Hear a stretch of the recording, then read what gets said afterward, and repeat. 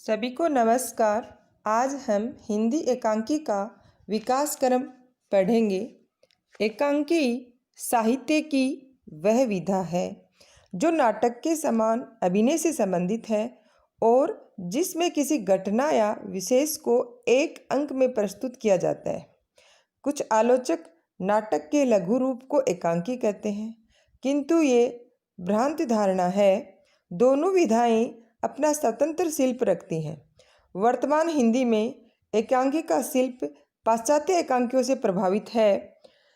हिंदी एकांकी लेखन का सूत्रपात करने का श्रेय किस लेखक को मिलना चाहिए, ये एक विवादास्पद प्रश्न है। कुछ आलोचकों ने भारतेंदु बाबू हरिश्चंद्र की एक अंक वाली नाट्य कृतियों अंधेर नगरी, विषय से विस्मोसदम और वेदिकी हिंसा हिंसा न भवती को हिंदी के प्रारंभिक एकांकी मानते हैं, किंतु ये उचित नहीं जान पड़ता, क्योंकि भारतेंदु जी की उक्त नाट्य कृतियाँ संस्कृत के एक अंक वाले रूपकों प्रहसन, भाण, विथि आदि के अधिक समीप हैं। डॉक्टर नगेंद्र हिंदी एकांकी का विकास श्री जयशंकर प्रसाद को देते हैं और डॉक्टर नगेंद्र जयशंकर प्रसाद की एक घूट एकांकी जो सन 1929 में लिखी गई थी, उसको हिंदी की प्रथम एकांकी मानते हैं। इस एकांकी में प्रणय और विवाह की समस्या को एकांकी की टेक्निक में प्रस्तुत किया है। डॉक्टर हरिश्चंद्र वर्मा के अनुसार हिंदी में एकांकी परंपरा को विकसित करने का श्रेय डॉक्टर रामकुमार वर्मा को दिया जाता है और वो हिंदी का पहला एकांकी बादल की मृत्यु 1930 में प्रकाशित हुई थी, उसको मानते हैं। आज हिंदी साहित्य में एकांकी का विकास चरम सीमा पर पहुंच गया है।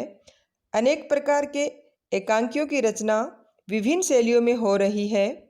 आधुनिक हिंदी एकांकियों को रूप के भेदों में विथि और प्रहसन आदि का विकसित रूप मान सकते हैं। इसमें कोई संदेह नहीं कि एकांकी लेखन की प्रेरणा अंग्रेजी साहित्य के संपर्क में आने से भारत को प्राप्त हुई है। हिंदी एकांकियों के विकास क्रम को हम अलग अलग भागों में विभाजित करते हैं, जैसे भारतेंदु कालीन प्राचीन ढंग की एकांकी, फिर हम द्विवेदी युग में द्विवेदी कालीन अपरिपक्व एकांकी, फिर प्रसाद युग आता है तब प्रसाद कालीन एकांकी प्रवृत्तियाँ यानी प्रसाद युग में अच्छी एकांकों का विकास हुआ है। प्रसादोत्तर कालीन कलात्मक एकांकी। इस तरह हम एकांकी के विकास को 4 भागों में हम बांट चुके हैं। प्रथम भाग है भारतेंदु कालीन एकांकी। अब हम देखते हैं कि भारतेंदु युग में किस तरह के एकांकी लिखे गए थे, उनकी क्या क्या विशेषताएं थी। भारतेंदु जी ने एकांकी के क्षेत्र में भी सराहनीय कार्य किया था। उन्होंने ओपेरा, व्यंग्य, गीति रूपक, नाट्य रासक, भाण आदि अनेक प्रकार के एकांकी रचे थे। उनके अनुवादित एकांकियों में भारत जननी एक सफल ओपेरा है। इसमें एक अंक ही नहीं, एक ही दर से भी है। इनका धनंजय विजय कंचन कवि रचित एक व्यायोग के आधार पर लिखा हुआ सुंदर एकांकी है। भारतेंदु जी के मौलिक एकांकियों में प्रेम योगिनी, भारत दूरदर्शा, नील देवी, प्रेम जोगनी, माधुरी आदि उल्लेखनीय है। भारतेंदु मंडल में भारतेंदु के अलावा अनेक एकांकीकार हुए हैं और उन्होंने अनेक एकांकियाँ लिखी हैं जो निम्नलिखित हैं। उनमें लाला श्रीनिवास दास ने प्रहलाद चरित लिखी, बद्री नारायण ने चौधरी प्रेमघर ने रामागमन लिखी, राधाचरण गोस्वामी ने भारत में यवन लोग और श्रीदामा लिखी, बालकृष्ण भट्ट ने कलिराज की सभा, रेल का टिकट, बाल विवाह नामक एकांकी लिखी, प्रताप नारायण मिश्र ने कली कौतुक नामक एकांकी लिखी, काशीनाथ खत्री ने सिंध देश की राजकुमारी नामक एकांकी की रचना की, गन्नौर की रानी की रचना की, राधा कृष्ण ने दुखनी बाला एकांकी, धर्मालाप एकांकी की रचना की, अंबिका दत्त व्यास ने कलयुग और घी नामक एकांकी की रचना की, अयोध्या सिंह उपाध्याय ने प्रद्युमन विजय नामक एकांकी की रचना की, किशोरीलाल गोस्वामी ने चौपट चपेट नामक एकांकी की रचना की। इस प्रकार और भी एकांकीकारों ने विविध एकांकियों की रचना की। ये सब थे एकांकी ही, परंतु इनमें नवीन कला विकसित नहीं हो पाई, इसलिए इन्हें प्राचीन ढंग के एकांकी कहने के पक्ष में हैं। मैं उन विद्वानों से भी सहमत नहीं हूँ जो इन्हें एकांकी नहीं मानते हैं। साथ ही उनसे भी मेरा मत नहीं मिलता जो इन्हें शुद्ध एकांकी मानने के पक्ष में है। अब हम भारतेंदु युग के एकांकी और उनके एकांकीकारों को पढ़ चुके हैं। अब हम दूसरा जो भाग है हमारे एकांकी का, द्विवेदी युग। द्विवेदी युग के जो एकांकी थे वह अपरिपक्व एकांकी थे। इनमें क्या था, यद्यपि द्विवेदी युग के सूक्ष्म पांडित्यपूर्ण व्यक्तित्व ने रस धारा बहाने वाले नाटकों के विकास की धारा अवरुद्ध कर दी थी, किंतु कुछ कवि लोग पाश्चात्य एकांकियों से थोड़ा बहुत प्रभावित होकर एकांकी लिखते चले जा रहे थे। मतलब द्विवेदी युग में भाषा के सुधार पे, भाषा के परिष्कार पे अधिक बल दिया गया था, उसमें गद्य की रचना कम हुई थी। डॉक्टर गोविंद त्रिगुणात ने लिखा है कि पाश्चात्य एकांकियों से थोड़ा प्रभावित होते हुए भी इनके एकांकियों में कला रूप का कोई विकास नहीं दिख पड़ता है। अतः इस युग के एकांकियों को मैं अपरिपक्व एकांकी कहने के पक्ष में हूँ। इस युग के प्रमुख एकांकी और एकांकीकार निम्नलिखित हैं। हम उनका अध्ययन करेंगे।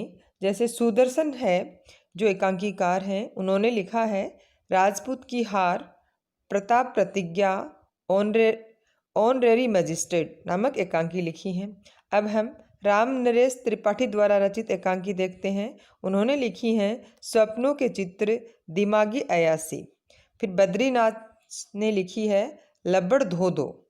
फिर एक पांडे बेचन शर्मा उग्र हैं जिन्होंने लिखी है एकांकी चार बेचारे और अफजल वध।